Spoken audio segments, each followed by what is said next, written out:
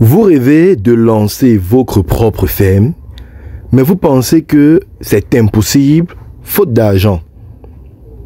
Détrompez-vous.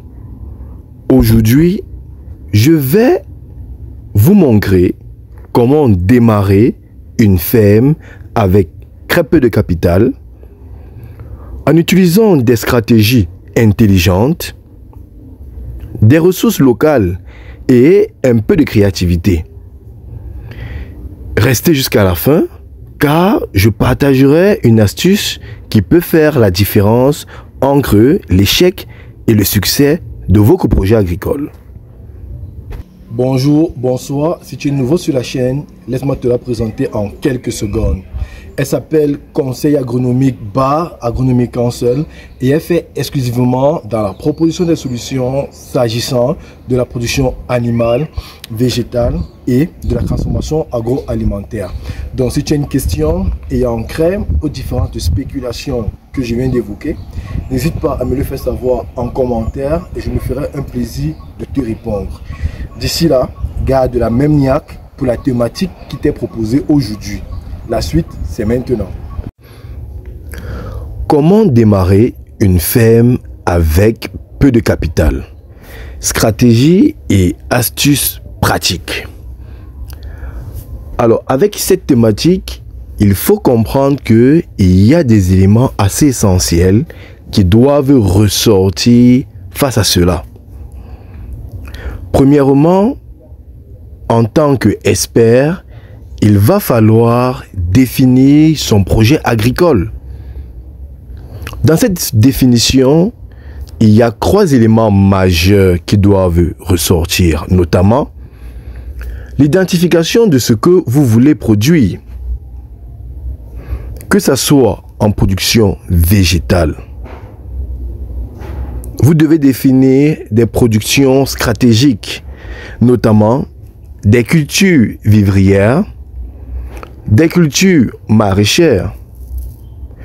En production animale, pourquoi pas définir la volaille, les petits ruminants ou encore la pisciculture.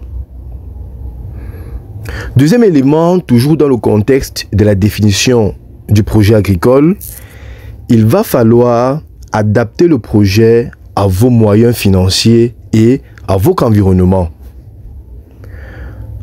Avec une somme de 100 000 voire 200 000, vous ne pouvez pas élever 10 vaches, mais vous pouvez commencer avec quelques vaches locales ou un petit potager. En deuxième élément, il va falloir choisir la bonne localisation et optimiser l'espace. Utilisez un terrain disponible. Pourquoi pas un terrain familial, communautaire, même une petite parcelle. Il va falloir valoriser ce terrain avec plusieurs éléments comme la production végétale et pourquoi pas la production animale. L'importance de l'accès à l'eau est un élément important quand il faut produire. Que ce soit dans la production végétale ou la production animale, la plante a besoin d'eau pour vivre. Et également, le bétail a besoin d'eau pour vivre. On ne va pas toujours se focaliser sur la saison de pluie pour produire. On peut également utiliser l'irrigation pour la saison pluvieuse. Concernant la production végétale, la production ou bien la création d'un fourrage pour le stockage en eau concernant la production animale.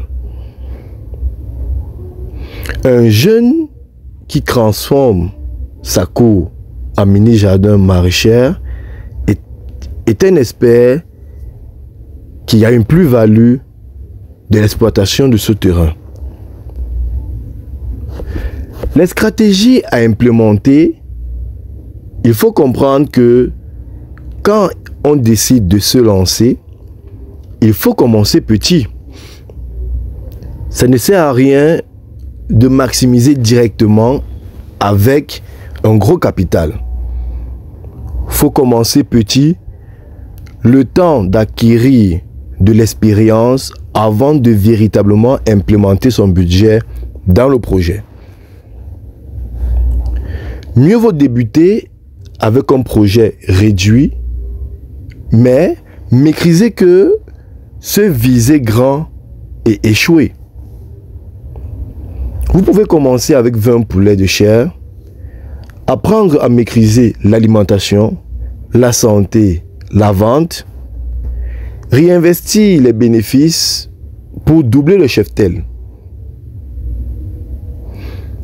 Utilisez également l'effet boule de neige qui inclut ici petit capital, petit élevage, produit et enfin expansion. Comme deuxième stratégie, nous allons penser à l'utilisation des ressources locales. Nous pouvons substituer les intrants importés par des alternatives locales. Si nous nous retournons vers la production animale, nous avons les déchets de cuisine comme le son de maïs, les feuilles de manioc sèches, qui peuvent être ici utilisées en production végétale pour nourrir les sujets. Ces mêmes éléments peuvent être utilisés comme engrais, ceci grâce au compost, les fientes de volaille et la cendre. L'importance du recyclage et de l'économie circulaire. Ce que d'autres considèrent comme les déchets peuvent devenir une richesse pour l'agriculteur malin.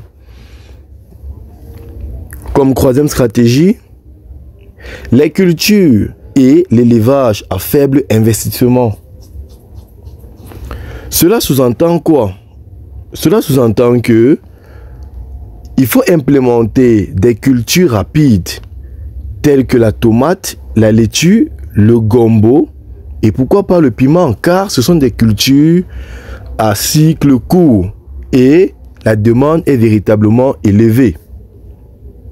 Le poulet local ou les pondeuses, ils ont une alimentation flexible et également la demande elle est forte.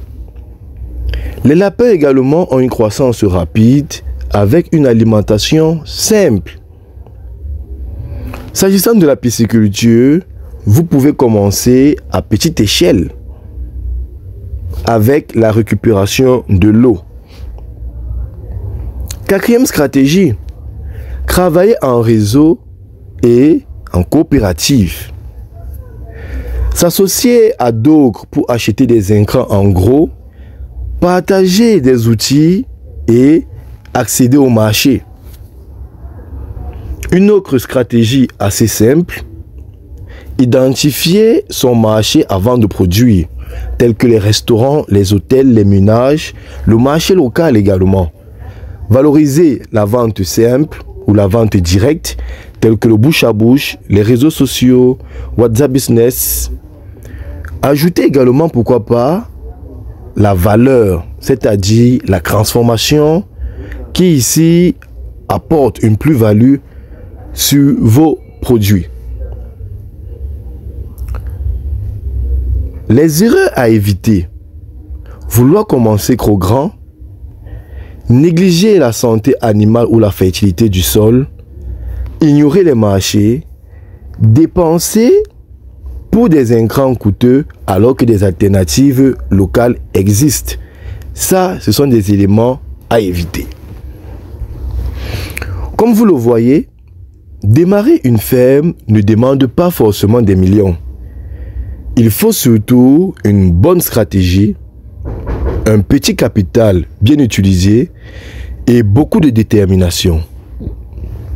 Alors, dites-moi en commentaire, si vous deviez commencer une ferme aujourd'hui avec seulement 50 000 francs, que choisirez-vous?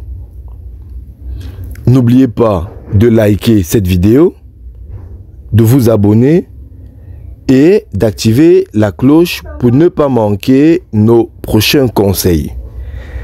L'agronomie est une vie. Bye bye.